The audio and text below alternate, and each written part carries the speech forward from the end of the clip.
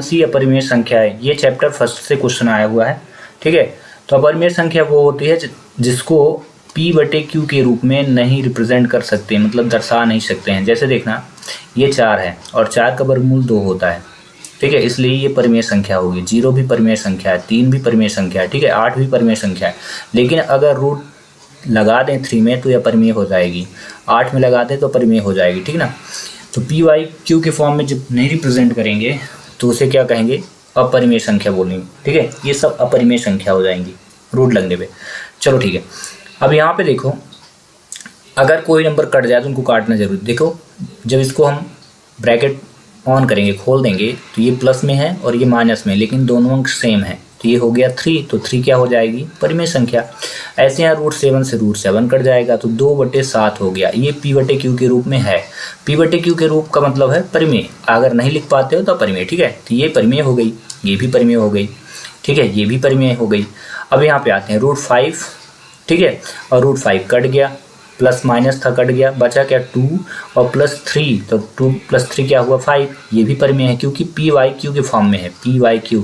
अब आपके मन में ये होता होगा कि हाँ p का तो मान दिया हुआ लेकिन q में तो कुछ नहीं है, तो हमेशा याद रखना जब q का मान कुछ नहीं होता तो डिवाइड पे अक्सर हम 1 को रखते हैं, क्योंकि q का मान 0 नहीं रख सकते बट 1 रख सकते हैं। ठीक है, तो जब सभी परिमेय हो गई, कौन कौन सी परिमेय हो गई, पहली वाली परिमेय हो गई, दूसरी हो गई और ये तीसरी हो गई, तो बची क्या c। तो ये क्या हो जाएगी, अपरिमेय संख्या। क्योंकि 1/√2 को जब हम सॉल्व करेंगे तो पूरी की पूरी जो वैल्यू होगी ना वो कहा जाए कि परिमेय यानी परिमेय संख्या के रूप में कन्वर्ट नहीं होगी। अब देखो कैसे, √2 को हम सॉल्व करेंगे 2 बार ऐसे, √2/√2, इसका इसमें इंटू करोगे तो √2/2 आ जाएगा। तो ये फिर से बन तो गया p/q के फॉर्म में, लेकिन ये तो परिमेय है, लेकिन √2 मैं बोला ना, √2 क्या होती है, हमेशा अपरिमेय। ध्यान रखना कौन कौन सी, √2 अपरिमेय, √3 अपरिमेय, √5 अपरिमेय, √7, ऐसी हर एक वो संख्या जो अभाज्य होती है और रूट में हो तो अपरिमेय। मतलब एक अपरिमेय और एक परिमेय संख्या का जो भाग होता है वो हमेशा अपरिमेय होता है। मतलब एक तो परिमेय है लेकिन √2 अपरिमेय है, इसलिए ये संख्या क्या हो जाएगी, पूरी की पूरी अपरिमेय। ठीक है, तो इस प्रकार इसका करेक्ट आंसर ये हो जाएगा। आपको बता दें, जैसे ही ये लेक्चर कंप्लीट होगा तो एक क्वेश्चन मैं इन्हीं क्वेश्चनों से रिलेटेड आपके लिए दूंगा, 1 या 2 या 3 हो सकते हैं, तो उन क्वेश्चन को जरूर आप करें। पहले इन क्वेश्चनों को ध्यान से सुन लें, तभी वो क्वेश्चन बनेंगे। अगला क्वेश्चन देखें, क्या लिखा है, 2 + √2 माइनस ब्रैकेट क्लोज 2 - √2 का सरलतम मान क्या होगा। तो आपको बता दें a + b कहलाया और ये a - b, और जब ऐसी कंडीशन होती है तो इसको सर समीकरण तीसरी कहते हैं। ठीक है, तो इसका इसमें इंटू करिए तो 2 × 2 = 4, फिर प्लस माइनस का इंटू करिए तो माइनस हुआ, और √2 से √2 का इंटू तो 2 आता है। ध्यान रखिएगा, √2 सेम नंबर करनी में हो तो वही एक नंबर बाहर आएगा। ऐसे √3 ऐसा क्यों होता है, देख लो कैसे होता है। 3 और 3 का पेयर बना तो 3 बाहर आ जाता है। ऐसे √2 का जब √2 इंटू तो 2 × 2 जोड़ा बना तो 2 बाहर आता है। ठीक है, इसलिए ये 2, तो 4 में 2 गया तो कितना आया आंसर, 2 आया। इसके लिए इसका करेक्ट आंसर 2 हो जाएगा। ठीक है, अगला क्वेश्चन देखते हैं। ये भी क्वेश्चन फर्स्ट चैप्टर का ही है। ठीक है, ये जो क्वेश्चन है सेकंड चैप्टर का, एक बहुपद है और सेकंड चैप्टर का 2.1 का पहला क्वेश्चन है। यानी पहले क्वेश्चन को अगर आप अच्छे तरीके से पढ़े हैं तो ये क्वेश्चन आपसे बन जाएगा। बोला है कि इनमें से कौन सा बहुपद है, बताना बहुपद है। ध्यान रखिएगा कि x हो, y हो, z हो, t हो, ये कभी रूट में नहीं होने चाहिए। अगर रूट इनके अंदर लगा है तो ये बहुपद नहीं होते हैं। ध्यान रखिएगा, बहुपद की श्रेणी में नहीं गिने जाते इनको। ठीक है, तो पहली बात देखो, ये y हो, इसमें रूट लग गया ना y, इसलिए बहुपद नहीं है। यहाँ पे देखो ये t है और इसमें रूट लग गया तो ये भी बहुपद नहीं है। ठीक है, ये पहली रूल।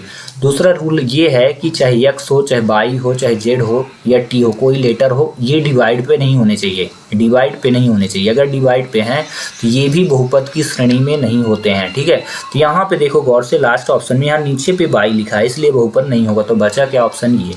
आगे समझे, इस प्रकार इसका जो करेक्ट आंसर होगा सी होगा। ठीक है, आगे चलते हैं हम लोग, क्वेश्चन नंबर 4 को करते हैं।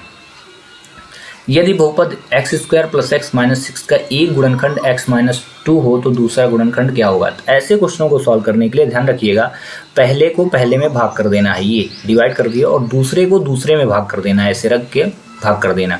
तो देखो 2x में 1x कटा तो कितना आया x, और यहाँ पे देखो माइनस से माइनस कटा तो प्लस आया, और 2 से 6 काटे तो कितना आया 3। तो आंसर क्या आएगा, x + 3।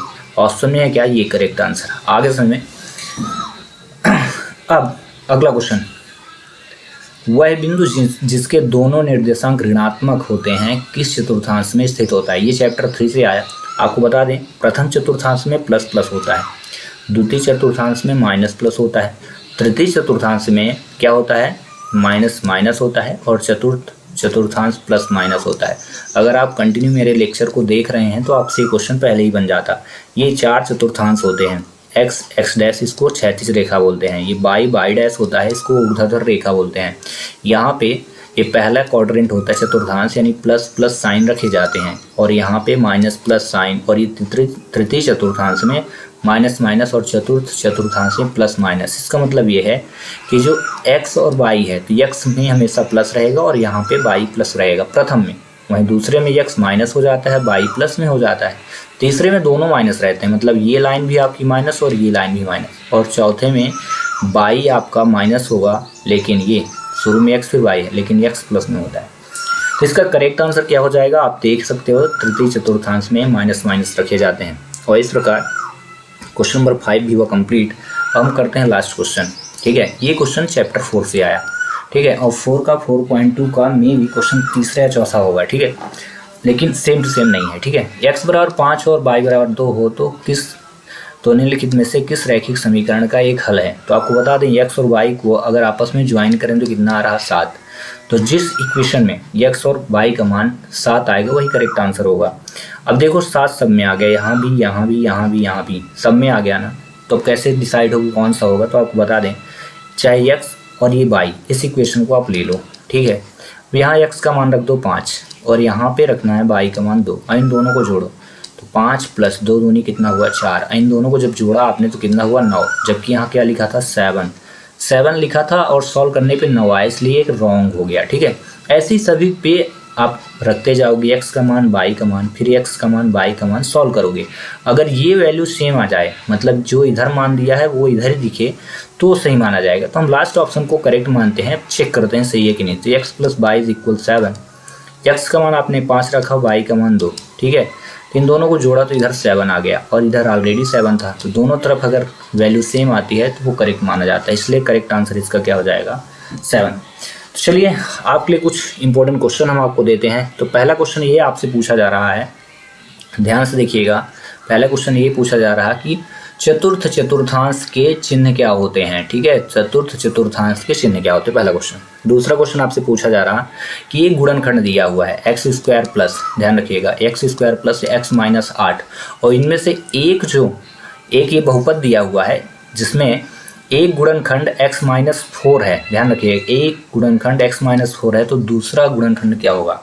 अब आपसे पूछा जा रहा तीसरा क्वेश्चन। ठीक है, तीसरा क्वेश्चन यहाँ पे पूछा जा रहा कि 3 + √3 और 3 - √3 का मान क्या होगा। ये चैप्टर 1 के 1.3 से आया एक्सरसाइज से। ठीक है, 1.3 का पहला और दूसरा क्वेश्चन लगाइएगा तो आपसे बनने लगेगा। तो ये टॉप 3 क्वेश्चन मैंने आपसे पूछे। अगर आपको ये जो मैंने टॉप 6 क्वेश्चन आपको पढ़ाया, अगर आपको समझ में आ गया होगा और अच्छे ध्यान से आपने सुना होगा, तो इन क्वेश्चनों के आंसर आपको ज़रूर बनेंगे। हाँ, एक बेनिफिट है कि अगर ये क्वेश्चन आपसे बनेंगे तो मैं आपको बता दूं, ये जो मैंने क्वेश्चन उठाया था ये प्रीवियस ईयर क्वेश्चन पेपर है। तो अगर ये क्वेश्चन आपसे बन रहे हैं, इसका मतलब ये है कि आपके पिछले साल के पेपर की अच्छी तैयारी चल रही है। मतलब इस साल के जो भी पेपर होंगे, आने वाले क्वेश्चन आपसे ज़रूर बनेंगे। तो चलिए कुछ नए क्वेश्चनों के साथ नए लेक्चर में मिलेंगे। Till thanks for watching.